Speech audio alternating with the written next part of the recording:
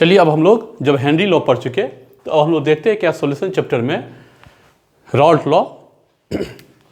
तो Raoult law है क्या, ठीक है। तो हेडिंग देंगे Raoult law.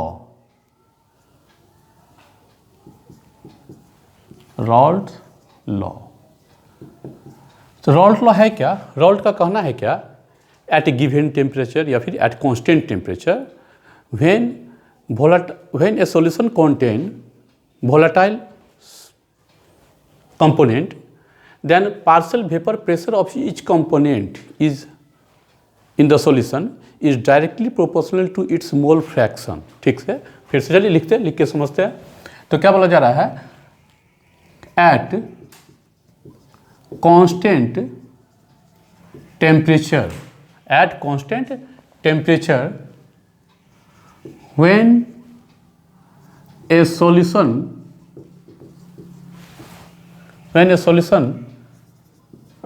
contain volatile liquid, ठीक है, when a solution contain volatile liquid then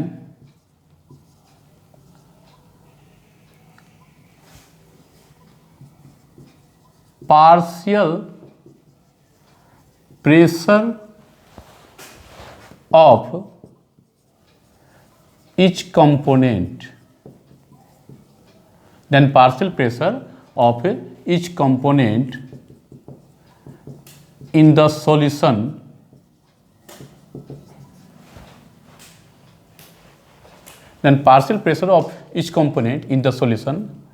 is proportional to its mole fraction, ठीक है। At constant temperature when a solution contain volatile liquid then partial pressure of each component in the solution is proportional to its mole fraction, ठीक है। तो कहने का मतलब है क्या, इसको हिंदी में, हिंदी मीडियम वाले, चूंकि हिंदी और इंग्लिश दोनों का वीडियो साथ साथ बन रहा है, तो हिंदी मीडियम वाले लिखेंगे क्या कि स्थिर तापक्रम पर, क्या लिखेंगे, स्थिर तापक्रम पर। सबसे पहले एट कांस्टेंट टेम्परेचर लिखेंगे, स्थिर तापक्रम पर विलयन में उपस्थित, स्थिर तापक्रम पर विलयन में उपस्थित वाष्पशील अवयवों का आंशिक दाब, वाष्पशील अवयवों का आंशिक दाब उस अवयव के मोल अंश के समानुपाती होता है, उस अवयव के मोल अंश के समानुपाती होता है, ठीक है, उस अवयव के मोल अंश के समानुपाती होता है। क्लियर हो गया। तो ये था रॉल्ट्स लॉ। इसमें एक चीज़ वर्ड आ रहा है क्या, अंग्रेजी में लिखा गया है कि इंग्लिश में वोलाटाइल लिक्विड, ठीक है, वोलाटाइल लिक्विड। वोलाटाइल लिक्विड का मतलब है वाष्पशील द्रव। कहीं पर अगर वोलाटाइल वर्ड का उपयोग हो तो इसका मतलब हो गया कोई चीज़ जो अपने आप वेपोराइज होता है, जो स्वयं वेपोराइज होते रहे, उसे क्या बोलते हैं हम लोग, वोलाटाइल।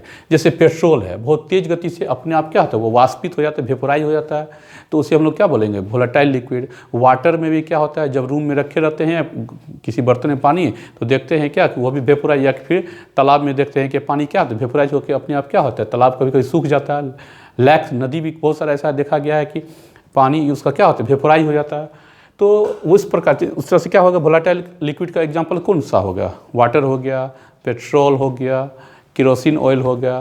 तो आप इससे अंदाज़, कपूर सॉलिड है, वह भी क्या देखते हैं घर में रखे रखे उड़ जाता है, तो वो क्या हो गया, वोलाटाइल सॉलिड हो गया, ठीक है। तो ऐसा वोलाटाइल कंपोनेंट बहुत सारा हो सकता है। हम लोग को यहाँ सॉल्यूशन में पढ़ना है क्या, वोलाटाइल लिक्विड लिया गया। क्लियर हो गया। वाष्पशील क्या होता है।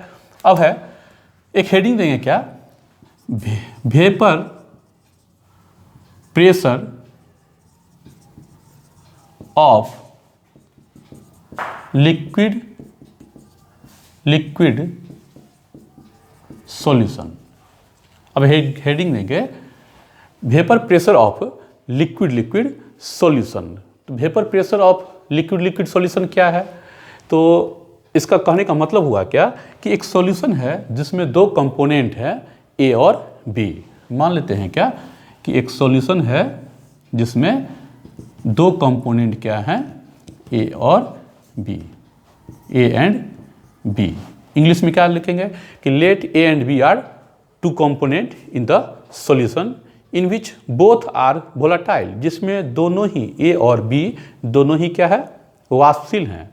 तो वाष्पशील है तो अगर कंटेनर बंद है तो यहाँ पर जो वाष्प, जो वेपर बनेगा, जो वेपर कंटेनर्स के इस खाली जगह में, एम्प्टी स्पेस में जो जमा होगा वेपर्स, तो उसका प्रेशर होगा। तो यहाँ पर क्या होगा, ए भी होगा और क्या होगा, बी भी होगा। मतलब क्या, सॉल्यूशन में तो ए और बी है ही, उसके वेपर स्टेट में भी क्या होगा, ए और बी दोनों ही अवयव होंगे। तो ए का अवयव, ए का प्रेशर हम लोग मानते हैं क्या है, पी ए, और बी का प्रेशर क्या मान लेते हैं, पी बी है। ठीक है, तो फिर से माना कि ए और बी दो वाष्पशील अवयव है जो कि विलयन उपस्थित है, जिसमें वाष्प अवस्था में ए का वाष्प दाब पी ए और बी का वाष्प दाब पी बी, आंशिक दाब भी बोल सकते हैं। ए का आंशिक दाब पी ए और बी का आंशिक दाब क्या है, पी बी है। क्लियर है? तो टोटल प्रेशर क्या हो जाएगा, पी टोटल, सॉल्यूशन का प्रेशर क्या हो जाएगा, P A plus P B, ऐसा बोल सकते हैं हम लोग। तो अब है क्या, यहाँ पर देखना है क्या, तो रॉल्ट का नियम के रूल क्या कहता है कि क्या बोला जा रहा है, फिर से देखेंगे ध्यान से। एट कांस्टेंट टेम्परेचर, टेम्परेचर को स्थिर रख दिया गया है, at constant temperature when a solution contain volatile liquid, इस सॉल्यूशन में वोलाटाइल लिक्विड है, तो पार्शियल प्रेशर जो है पी ए का, then partial pressure of A is directly proportional to mole fraction, ठीक है, of each component in the solution is proportional to its mole fraction. Solution में जो अवयव है ए, उसके मोल फ्रैक्शन के सॉल्यूशन में, लिक्विड सॉल्यूशन में जो ए अवयव है उसका जो मोल फ्रैक्शन होगा, उसके मोल फ्रैक्शन के क्या होगा, समानुपाती। इंपॉर्टेंट बात ध्यान के रखना कि सॉल्यूशन में ए यहाँ भी है, वेपर स्टेट में भी है, लेकिन यह जो पी ए है वह किसके मोल अंश के, मोल फ्रैक्शन के प्रोपोर्शनल है, तो ए कंपोनेंट के जो कि सॉल्यूशन में है। तो किसी प्रोपोर्शनल टर्म को हटाने के लिए कांस्टेंट टर्म का यूज किया जाता है, तो P A equal to P note A into X A, P note A, ठीक है। तो वेयर, जहाँ पर पी नोट ए क्या है, तो where P note A is vapour pressure of A component in pure state, शुद्ध अवस्था में। प्योर स्टेट का मतलब हो गया क्या कि ये सॉल्यूशन बनने से पहले मान लीजिए का एक कंटेनर्स में होता क्या, सिर्फ एक कंपोनेंट, और दूसरे सॉल्यूशन में क्या होता, बी कंपोनेंट। तो जब यह वेपोराइज होता, इसके सतह पर जब ए जमा होता तो क्या होता, सिर्फ ए होता, सिर्फ ए होता। और इस कंटेनर्स में जब यह बी कंपोनेंट वेपोराइज होता तो इसके ऊपर जो वेपर होता सिर्फ किसका होता, बी का होता। तो प्योर स्टेट जब मिक्स कर दिया गया, ठीक है, ए और बी को, तब जो सॉल्यूशन बना, तो यह पी ए जो होगा इस वेपर स्टेज में क्या हो गया, पी नोट ए, और इसका क्या हो जाएगा, पी नोट बी। तो यह जो पी ए होगा इस पी नोट ए से ज़्यादा भी हो सकता है और कम भी हो सकता है। यह पी बी जो होगा यह इस पी नोट बी से ज़्यादा भी हो सकता है, कम भी। यह आगे हम लोग देखेंगे, इसका स्टडी करेंगे। फिलहाल तो ये ध्यान रखना है क्या कि ये पी नोट कहाँ से आया, तो vapour pressure of A in pure state, जब सिर्फ ए होगा किसी कंटेनर्स में रखा हुआ। तो अब ठीक इसी तरह से हम लोग लिख सकते हैं क्या, Raoult, according to Raoult law, P proportional to P B proportional to क्या लिख सकते हैं, एक्स बी। तो क्या हो जाएगा, P B equal to P note B into X B. जैसा ये इक्वेशन था वैसा ही ये हो जाएगा, ठीक। तो ठीक यहाँ पर भी हम लोग क्या बोल सकते हैं, पी नोट बी क्या है, पी नोट बी क्या है, vapour pressure of B component in pure state, ठीक है। पी नोट बी क्या होगा, vapour pressure of B component in pure state. तो हम लोग को निकालना क्या है, vapour pressure of liquid solution. तो ऐसा सॉल्यूशन जिसमें दोनों ही कंपोनेंट लिक्विड हैं और दोनों ही लिक्विड कंपोनेंट का जो वेपर प्रेशर होगा मतलब क्या पी टोटल होगा, तो पी टोटल क्या होगा, P A plus P B. तो हम लोग जानते हैं क्या, Dalton's law of partial pressure से, according to Dalton's law of partial pressure,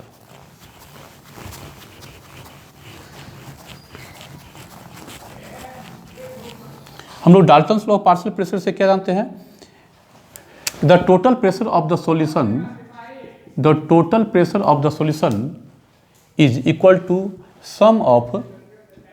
some of partial pressure of all the component. तो इस विलयन का जो वाष्प दाब होगा, विलयन का वाष्प दाब ए और बी दोनों के कारण होगा, तो टोटल जो होगा वह क्या होगा, किसके बराबर होगा, P A plus P B.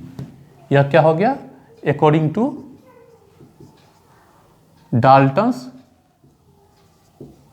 Law of partial pressure. ठीक है, तो पी ए का वैल्यू अगर हम मान पुट करते हैं तो पी ए का मान क्या है, P note A into X A. यहाँ पर पी ए का मान क्या है, P nought into X A, और पी बी का मान क्या है, P note B into X B, P note B into X B. ये हो गया क्या, पी टोटल। ये पी टोटल किसका प्रेशर है, सॉल्यूशन का प्रेशर है। अब है क्या, हम लोग एक चीज़ और जानते हैं क्या, चूँकि इससे पहले आप लोग मोल फ्रैक्शन को बताया गया, मोल फ्रैक्शन क्या है, X A plus X B equal to क्या होता है, 1। तो एक्स ए बराबर क्या लिख सकते हो, 1 माइनस एक्स बी। ये पहले आप लोग पढ़ चुके हैं। तो चलिए यहाँ पर एक्स ए को हम लोग लिख सकते हैं क्या, P total equal to P nought into 1 minus X B plus क्या हो जाएगा, P note B into X B. अब क्या है, इसको इससे मल्टीप्लाई करेंगे तो क्या हो जाएगा, P note A minus P note A minus X B, P note A into X B plus यहाँ पर क्या है, P note B into X B.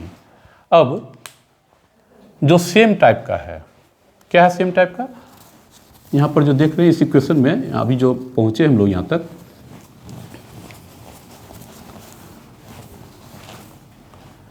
तो इस इक्वेशन में हम लोग क्या देख रहे हैं, यहाँ पर इस दोनों को एक जगह अगर ले आया जाए तो P note B into X B, इसको यहाँ रखा गया, इसको इसके बगल में P note A into X B, और ये यहाँ उठा कर क्या हो जाएगा यहाँ पर।